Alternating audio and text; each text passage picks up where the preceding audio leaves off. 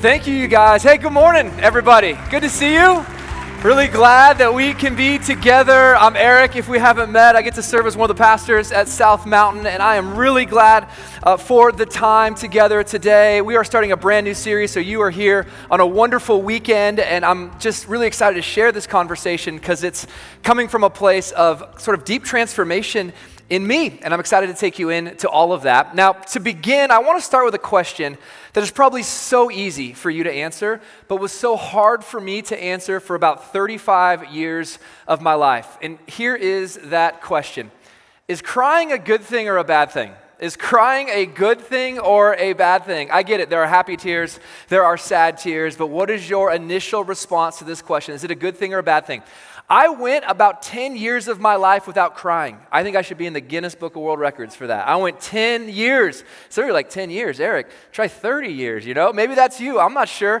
But I went that long without crying until something happened in me. Something changed inside of me. I will share that story with you in just a little bit. But for most of my life, tears were incredibly uncomfortable for me to see. Perhaps you've heard somebody say this, I just need a good cry. I just need a good cry. Guys in the room, you have no idea what that means. I have no idea what that means. Ladies in the room, you're like, how do you not know what that means, But I think what it means is on the other side of tears, there's like this release, there's this satisfaction, there's like joy on the other side of feeling some sadness and feeling what's going on inside of us. I think that's what it means. But when I would see somebody cry, I would feel like it was my fault. I'm like, what did I do? Did I break something? Can I fix something? And that made my marriage a little rough for the first 10 years, trying to walk through that complexity. But then I read something that Jesus said, and it kind of changed it for me. I realized that the way the Bible approaches tears is far different than the way I had approached tears for the majority of my life. Jesus once said something, and this key truth is guiding this 2-week mini-series for us. I'm going to start it today. Tom's going to wrap it up next week. But this is what Jesus said that changed so much for me. In the Sermon on the Mount, it's recorded in Matthew chapter 5. Jesus says, "Blessed are those who mourn, for they will be comforted." According to Jesus, who wept, by the way, Jesus wept, shortest verse in the Bible. You can memorize that and say, I memorized some of the Bible today. Jesus wept, and according to Jesus, who wept, blessed are those who mourn. The word blessed means delighted or joyful or even happy, that there is something good in the midst of our mourning. And it's that thing that I want to talk about for the next 2 weeks in this series. So the series for us on grief is not a sad series. This isn't a downer Sunday. We're doing this so that we can experience the blessedness that comes inside of our grief and comes inside of mourning, as Jesus taught. Now, for many of us, like so many things in our lives, our family of origin shaped how we approach our emotions and shapes how we approach grief and loss. And for some of us, we learn things, we observe things, we learn to process emotion from a family, and it wasn't all that helpful for us. So perhaps you heard something like this growing up. We don't cry in this family. Like tough people just stuff it. Or sadness is selfish. I've heard that. Sadness is selfish. Or look at all that you have going well for you. Why would you ever be sad right now? Or if you're sad, do something about it, I internalized messages like that. And by 17 years old, man, I was a brick wall emotionally. I was a stoic. I had muted all of my sad emotions. But here's the problem with that. If you try to mute sadness, you will mute all other emotions along the way. So then I get married, and my wife starts to say things to me like, Eric, what's going on the inside? Are you with me right now, Eric? And I'm like, I got a list of to-dos, honey. I got to get to it, And I was very much emotionless. And all of that was a coping mechanism because I didn't know how to feel pain. Then I read what Jesus said, and I thought, I got to approach this differently. And then I read what Dr. John Townsend said. He says this, we actually need to pay attention to our losses in order to recover and learn from them. Moving on is not enough. Wait, Dr. Townsend, I can't just ignore it, push it to the side, try to forget about it, and then get over it? It doesn't work that way? No, what we're going to see in a little bit is it actually stays with us, and it builds up over time. Hospital chaplain, suicide survivor, once atheist turned Jesus follower, J.S. Park says this, grief is not about letting go, but letting in. Letting in.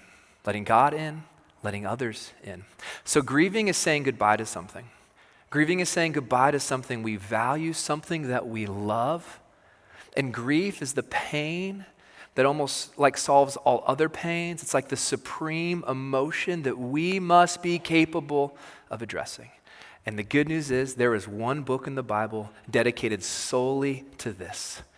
It's the book of Lamentations. And so for the next 2 weeks, we're going to give you an overview of the book of Lamentations and help you see a biblical way to grieve, okay? So let's get into the book of Lamentations now. I just want to say this as we dive into it. We are going to cover chapter 1, 2, and 3 today. We're going to leave off in the middle of chapter 3. You'll see why in just a little bit. Tom will pick it up there next week with you all. But if you were going to make up a book or make up a religion or make up something about a God to get everybody to believe in it and pull the wool over people's eyes, you would never include the book of Lamentations. It is bad press for God, all right? At one point, Jeremiah, the author, I'll take you into that in just a little bit, says something that is just striking. He talks about God as the enemy in all of this. And I'm going to show you that. The reason this is included is because God knows blessed are those who mourn. And so he has kept this book in his word for us so that it would be a precious companion for the grieving hearts today. And so maybe you're going through something now. I've heard stories about what God is doing amongst this campus and this church, and there is some grief going on. Perhaps you will grieve in the future. And I pray Lamentations would be your close companion. God wants it to be, so that you can grieve with him. So, with all that in mind, Lamentations chapter 1, here's how this poetic book begins. How deserted lies the city, once so full of people. How like a widow is she, who once was great among the nations. She who was queen among the provinces has now become a slave. I mean, this is what once was, but now this is what is. Bitterly she weeps at night, tears on her cheeks. Among all her lovers there is no one to comfort her. All her friends have betrayed her. They have become her enemies. Yeah, happy Sunday, everybody. Glad you're here. This is the sad, sad opening to the book of Lamentations. Let's do a little background work so you can understand exactly what's happening in this time period. Jewish tradition accredits Jeremiah as the author to the book of Lamentations. He was a prophet. You could read the book of Jeremiah. That's him speaking for God. He lived during this time in the city of Jerusalem. He was a prophet. And so because he authored this lament, this poem, the book of Lamentations comes right after Jeremiah in our Bibles. Here's what was going on in the city of Jerusalem. What Jeremiah is mourning is something called communal grief. Communal grief. He is the spokesperson for a community of people, hundreds of thousands of people who are grieving something that has happened to their city. In 587 BC, the big bad Babylonians marched into town. And over 30 months, they ransacked the city of Jerusalem. And so at some point later, probably in about 580 BC, Jeremiah sits down to pen a lament with all the pain that he is feeling, all the pain that he is experiencing. Well, what has happened? What has happened here is so significant. I mean, in one fell swoop, through this Babylonian reign, essentially, over Jerusalem, they've lost their home. They've lost their cultural identity. They have lost their spiritual identity, all at once. It's an economic crisis, a political crisis, a relationship crisis, and a faith crisis all at once. And Jeremiah is mourning this greatly. Now, what has happened here is something that they should have seen coming, though. God made a covenant. Covenant is just a fancy word for a promise with the Israelites, with his people. And that covenant was a conditional covenant. God would do this for them, and if they obeyed him, walked with him, followed him, they would prosper. It was a very specific type of conditional covenant so that Israel could be a light to the world. There were consequences, though. If they did not hold up their end of this agreement, they would be punished for that. There'd be consequences for that, so that those consequences would lead them back to God again. Now, here's what you need to know so that we don't get confused as we read the book of Lamentations. Today, Jesus' followers live inside of a different type of covenant, a different type of agreement with God. That covenant, the one that we're in today, the new covenant, as Jesus talks about it, is an unconditional covenant. Jesus says, I will even if you won't, which is good news for me because often I don't, okay? It's an unconditional covenant, different than the one that we see Jeremiah lamenting. So we connect with Jeremiah in his emotion, in his pain, in his sorrow, but we read this through the lens of a different covenant, okay? So Jeremiah is lamenting. He is sorrowful. And in chapter 1, we see the extent of his pain. So that's the backstory. Let's press on in chapter 1 to see all that he is going through. Picking it up in verse 22 now. He says, let all their wickedness come before you. I mean, this marks his people. They are marked by, described by wickedness. They have turned from God, okay? Deal with them as you have dealt with me because of all my sins. My groans are many and my heart, well, it's faint. My groans are many, my heart is faint. He's groaning. He is exhausted by all of this. I mean, he can't sleep. He weeps. He mourns. He's exhausted. This is why we've called this series The Grief Monster. Because grief can be like a monster in our lives. I mean, growing up, perhaps you thought there was a monster under the bed and you learned that, there wasn't. But grief is one of the most painful things we can experience. We start to go through some things and grief starts to stack. You start to stack grief on top of grief and it becomes this monster in our lives. We don't even know where to begin when it comes to fighting it or addressing it or dealing with it. And it is a monster for Jeremiah as well. He goes on. He talks more about it now in chapter 2. And this is the part that I just can't believe is included in the Bible. He says this, the Lord is like an enemy. God, it's like you're my enemy right now.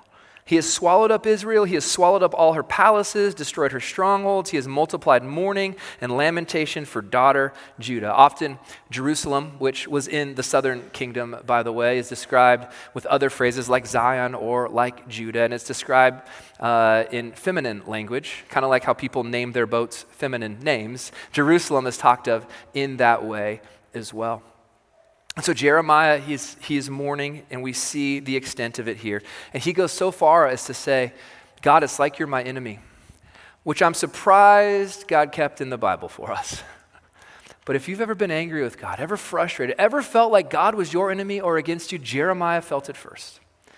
And God included it here because he's not offended by that emotion. He's big enough to handle that emotion. He would love for you to be honest about that emotion. Jeremiah was, you can be as well. The emotion continues. Lamentations chapter 3 now. Jeremiah goes on. He says, like a bear lying in wait, like a lion in hiding, he dragged me from the path and mangled me and left me without help. I mean, Jeremiah is going out of his way to use symbolic language to describe the extent of his loneliness, his isolation, and his pain. I mean, I have no help. It's like animals are tearing me into. He's using all of these word pictures to highlight the extent of his pain because sometimes when we're grieving, it's like words can't even express what we're feeling. Jeremiah is working on expressing what he's feeling. Like a bear that's after me. Like a lion that's coming for me. Man, this is how bad it hurts. This is how bad it hurts. Verse 12, he drew his bow and made me the target for his arrows. He pierced my heart with arrows from his quiver. I became the laughingstock of all my people. They mock me in song all day long. He has filled me with bitter herbs and given me gall to drink. All of this is poetic language to describe what it feels like to suffer and hurt this badly. Now, what's interesting there is he talks about a drink called gall, G-A-L-L. I've never had it before. They don't sell it at Harmon's. I don't know where you can get gall. But gall was essentially this type of drink that would numb the pain. Somewhere between like ibuprofen and like hard liquor, somewhere between that. And in ancient culture, people talked in these terms. They were trying to numb the pain any way they could. Sounds familiar for some of us who are trying to numb the pain any way we can. Now, what's interesting about gall is it's actually the thing that was offered to Jesus on the cross in the midst of his suffering. That's where we see it again in the Bible. Jesus turns it down. He doesn't accept it. What's interesting about this language in Lamentations is that we see that ancient cultures had different ways of showing publicly that they were grieving. If you read much of the Psalms, you'll see sackcloth and ashes described. It was a real type of wardrobe. Ashes on the head would show the world, show your community that you were hurting. Perhaps the one most hurting would lead a processional, a parade, wailing loudly. And so bitter herbs and gall and sackcloth and ashes, it was all a public way to say, I am hurting and I want you to know so that you can be there with me. Now, fast forward to our culture. Do we have stuff like that? I'm not sure. I don't think that we do. And this is why the 21st century world or the Western world struggles to grieve. We have GoFundMes, we have hashtags, we have a service, but like that's about it. That's about all that we have to say that we're hurting. So we have some extra hurdles to get over if we're going to grieve biblically by inviting people in. They had a way to show publicly they were grieving. In our culture, we don't want to show anybody that we're grieving. So why we walk into church, how you doing? Doing so great, doing awesome. Smile our way through it. But not today. Jeremiah gives us permission to grieve. Now, just when you think, is this book going to get any more sorrowful? Could today be any more depressing? We get to chapter 3. And chapter 3 is the heart of the book. I'll show you why structurally in just a little bit. And in chapter 3, we see Jeremiah acknowledge truth, the type of truth that can provide hope and comfort. So, in chapter 3 now, verse 21 through 33, we see this. Yet this I call to mind, and therefore I have hope. So in all of my pain, I will call something to my mind. I will preach to myself that which is true. Okay, Jeremiah, what is it? Because we need a little bit of that. He says, because of the Lord's great love, we're not consumed. That while all of this can feel so consuming, God still loves me in the middle of it. For his compassions never fail. They are new every morning. Great is your faithfulness. So as I wake up to a new day and my grief still remains with me, what else is with me? God's mercy. It's faithfulness. It's with me every day. I say to myself, the Lord is my portion, therefore I will wait for him. Portion. He is what satisfies. He is enough for me. The Lord is good to those whose hope is in him. This is really important. We don't judge or measure God's goodness by our circumstances. We measure his goodness by the cross and the resurrection, and nothing will change that. He is still good. Jeremiah knew that. He had evidence of that through what he had already lived through and heard about. The Lord is good to those whose hope is in him, to the one who seeks him. It is good to wait quietly for the salvation of the Lord. It is good for a man to bear the yoke while he is young. Let him sit alone in silence, for the Lord has laid it on him. Let him bury his face in the dust. There may yet be hope. Let him offer his cheek to the one who would strike him, and let him be filled with disgrace. For no one is cast off by the Lord forever. Wow. Though he brings grief, he will show compassion. That in the midst of these painful things, which God does allow, he is compassionate. And one day he will remove all pain. The last book of the Bible tells us he wipes away every tear. So great is his unfailing love, for he does not willingly bring affliction or grief to anyone.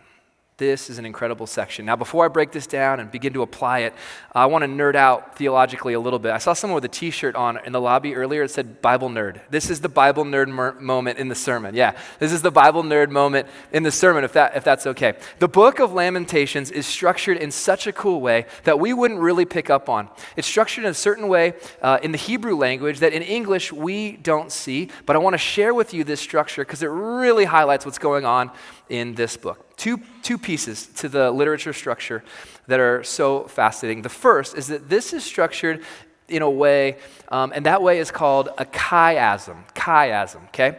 Chiasm comes from a word that means a cross. It's structured in a crosswise fashion, kind of like an X, if you will. And that crosswise fashion highlights for us what should be the focus of the whole book, the focus of the whole work. So here's what a chiastic structure does. It is something that follows a flow where two things parallel each other, and then there's something in the middle that is at the heart of the whole book. So I want to show it to you like this. We all read left to right, so forgive me for turning my back to you, but this is the structure. A, B, C, B, A. Okay? Do it again. A, B, C, B, A, where A and A match each other and fit, chapter 1 and chapter 5. Where B and B match each other and fit together, chapters 2 and 4. And then chapter 3, right in the middle, that's the C. That is the heart of the book. So Lamentations doesn't end with happily ever after in chapter 5. In fact, Lamentations ends as sad as it started.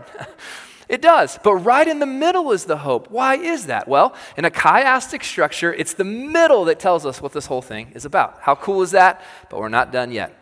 Each of these chapters is structured in a certain way. Chapter 1 and chapter 2 have 22 verses. There are 22 letters in the Hebrew alphabet. So not only is this a chiastic structure, it is an alphabetical acrostic. I know, Bible nerd moment. It's an alphabetical acrostic.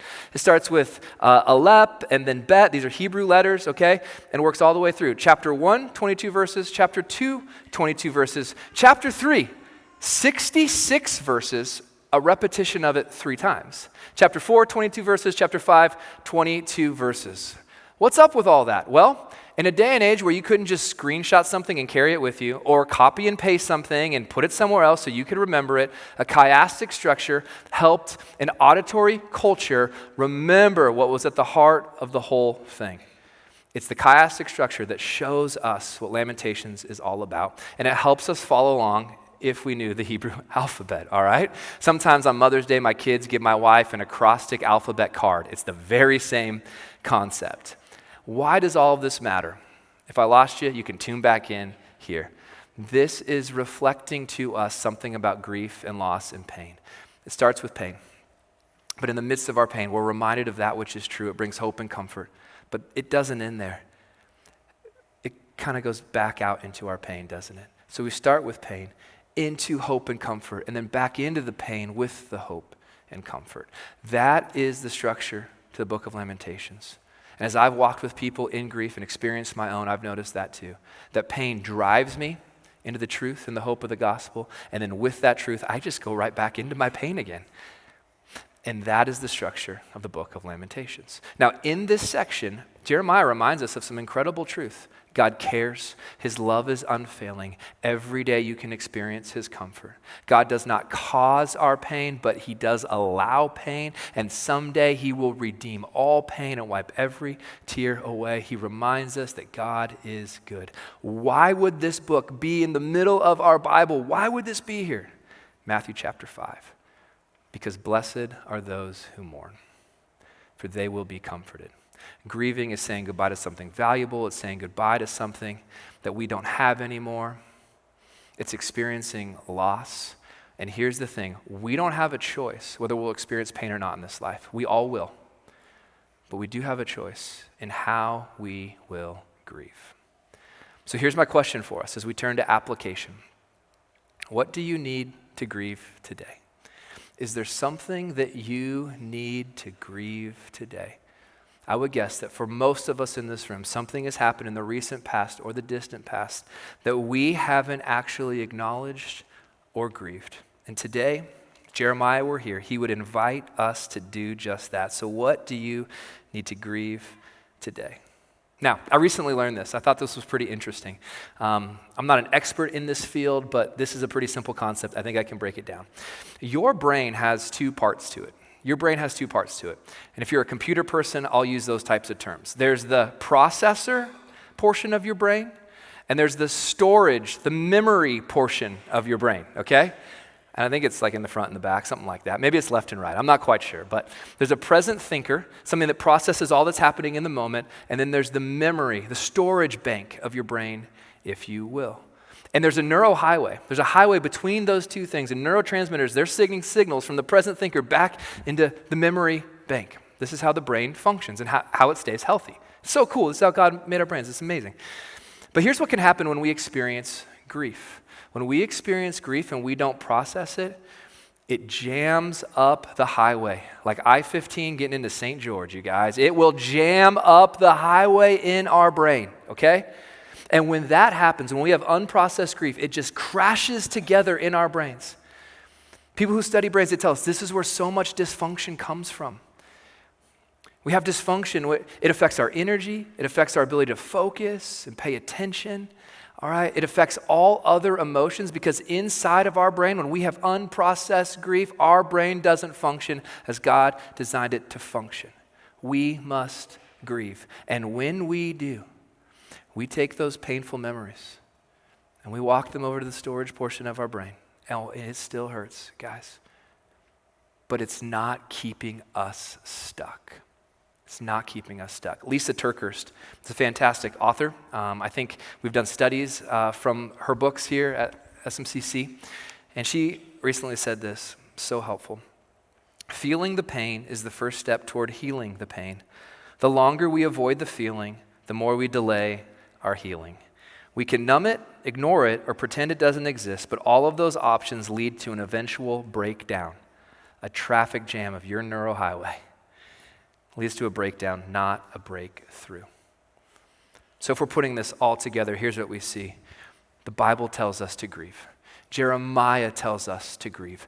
Jesus tells us to grieve. The greatest psychologists of our day tell us to grieve. The greatest theologians of our day tell us to grieve. So what do you need to grieve today? Now, what I want to do is walk us through a brief exercise that can help us do some grieving today. I want to take you through the exercise, and then I want to tell you a story, read a quote, and then we'll give time and space for the exercise this morning. If you're wondering, what does it actually look like to grieve? Here is a simple process. Number one, we have to name the loss. Name the loss. What was the loss? Was it a loss of a significant relationship, through a move, or through a death, or through a conflict, or through an incarceration, or through a divorce? What was the loss? You have to name it. I lost this person in my life. I lost this. Maybe it was a loss of a job. Maybe it was the loss of safety, or the loss of your innocence, or the loss of purity, or the loss of something, your dignity, your integrity, the loss of something. What was the loss? That's step one. Step two, because of this loss, I don't have. What did that thing bring into your life that you don't have anymore? Because I lost this relationship, I feel so alone. Because I lost this job, I don't have stability like I once had. I love that job, and I don't have the position or the purpose that I wanted. This is the loss, and because I lost it, I don't have this anymore. Dad, I don't have the relationship I wanted with you. I don't have a mentor to look up to. Friend, I don't see you anymore. I love the times that we spent together, and now we don't have that anymore. Name the loss. Because of the loss, what don't you have? Here's the third thing. Because I don't have this, I feel blank. I feel angry. I feel ticked. I feel alone. I feel lost. I feel useless. I feel dirty. I feel like a nobody. What do you feel because you've lost that thing? Next part, I will invite God in by praying this. This is where you lament. A lament is a passionate prayer. This is where you write out your prayer to God. God, I'm rather angry. God, I'm like Jeremiah. It's like you're my enemy. God, did you do this? God, I don't think you did, but why would you allow this? God, are you working in this? I mean, just list out your prayer. And here's the last step. I will invite this person in and put a name there. My friend Luke is one of the safest people I know. He's been through some grief. I often invite him in. Henry Cloud says this: grief alone is doubled, and grief with others is cut in half. Isn't that good? Isn't that great? By repeating the loss to others, we build connection and attachment with them. And in doing so, that repetition leads to more attachment over and over again. And they literally can carry the weight of the loss with us. It cuts the weight in half. And then we weep with those people. Buckets of tears. You know the chemical makeup of tears tells us that these things are actually flushing out some things in us that need to leave. So at the end of the day, tears, they're a holy invitation to the heart. This morning in the team huddle, I saw some tears. That's not because this thing's broken. It's not because someone's having a bad day. This is because someone is inviting the people in the room into their heart. It's a holy invitation to the heart. I told you there was something that changed me. I went through an experience. Here's that story. A couple years back, I pursued some further education to get ready for my next step as a leader at South Mountain. And I went to this school, and it's a grad school program, and it's for leadership development. And one of the things they said early on is this. They said, what usually takes a leader down is not their competency, it's their character. You ever seen a pastor that blew up their life, lost their ministry, they made the news? It happens all the time. There's like 7 in Texas right now, okay, that have done that. It's so sad. It was not their competency, their skill, their preaching, anything that took them down. It was their character. And remember, I had no emotions at this time. I needed to develop my character. So I'm in this process group with a whole bunch of strangers. All right, strangers. You can kind of, try some new things with strangers because you're never going to see them again. So I'm in this group with strangers, and there's this guy leading the process group, the facilitator, okay? Big beard, bald head. He would have fit perfectly in St. George, all right? He was from Montana, though. He's from Montana. And I start to talk to him about how I feel numb on the inside, things that used to bring joy and excitement don't anymore, and how my wife tells me I'm like a stoic brick wall, I'm like describing all this, and he's like, well, are you? And I'm like, I don't know. How am I supposed to know, And he says, Eric, can we try something? I'm like, sure. What do I have to lose? He goes, have you ever experienced rejection? I'm like, well, my parents are still together, and I've been married 15 years, and so I got my best friends. I don't think so. He says, what about in ministry and church?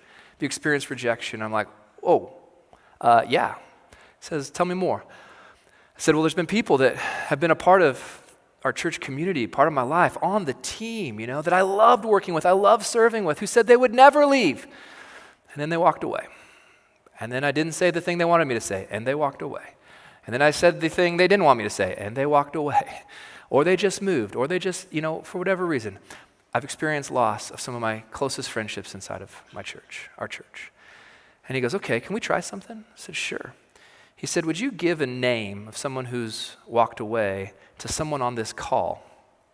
And I was like, oh my gosh, I could try.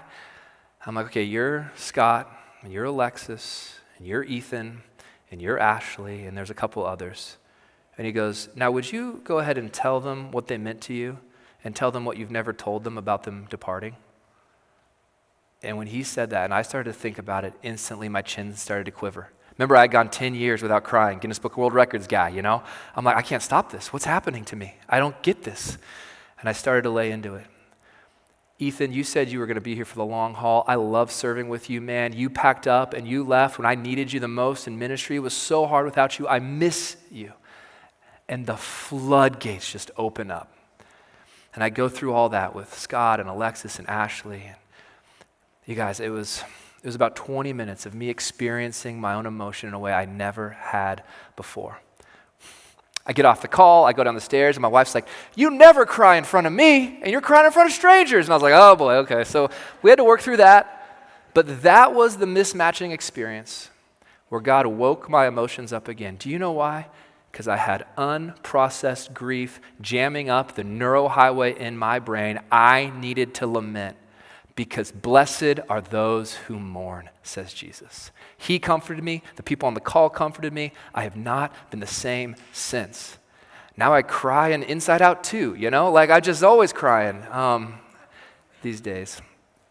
That's what I want for you. I want you to have an experience like that. There's a professor at Yale who recently put out a book called Lament for a Son about the loss of his son named Eric in his mid-20s in a hiking accident. And I want to wrap up with this, and then we'll give you time for this exercise. Here's what he says. Rather often, I'm asked whether the grief remains as intense as when I wrote. The answer is no. The wound is no longer raw, but it has not disappeared. That is as it should be. If he was worth loving, he is worth grieving over. Grief is existential testimony to the worth of the one loved. That worth abides. So I own my grief. I do not try to put it behind me or to get over it or to forget it. Every lament is a love song. Every lament is a love song. The reason Jeremiah lamented so intensely for Jerusalem is he loved Jerusalem. The reason Jesus wept so intensely when his friend Lazarus died is he loved them. Every lament is a love song. When you lament that which you have lost, you are honoring the thing that is lost. You are saying, I loved that. And when you lament to God, you are saying, God, I love you. I'm going to you in the midst of this. Every lament is a love song. So we want to give you some time to lament now. We're going to throw up on the screen that 5-step exercise, a passage about God as our comforter, and give you 60 to 90 seconds to run this process here and now. And I hope you would experience the blessedness that comes from mourning a loss in your life. And here's the thing, if you're sitting next to someone today and they're sniffling, if you're sitting next to someone today and you can tell they're crying, they're going through it, let's be a church that moves in moments like that. If a stranger comes near, it's because they love you. Feel free, even put a hand on somebody for a brief moment to say, I'm with you, or even to pray with them. Let's be that type of place today that is safe to lament, because every lament is a love song.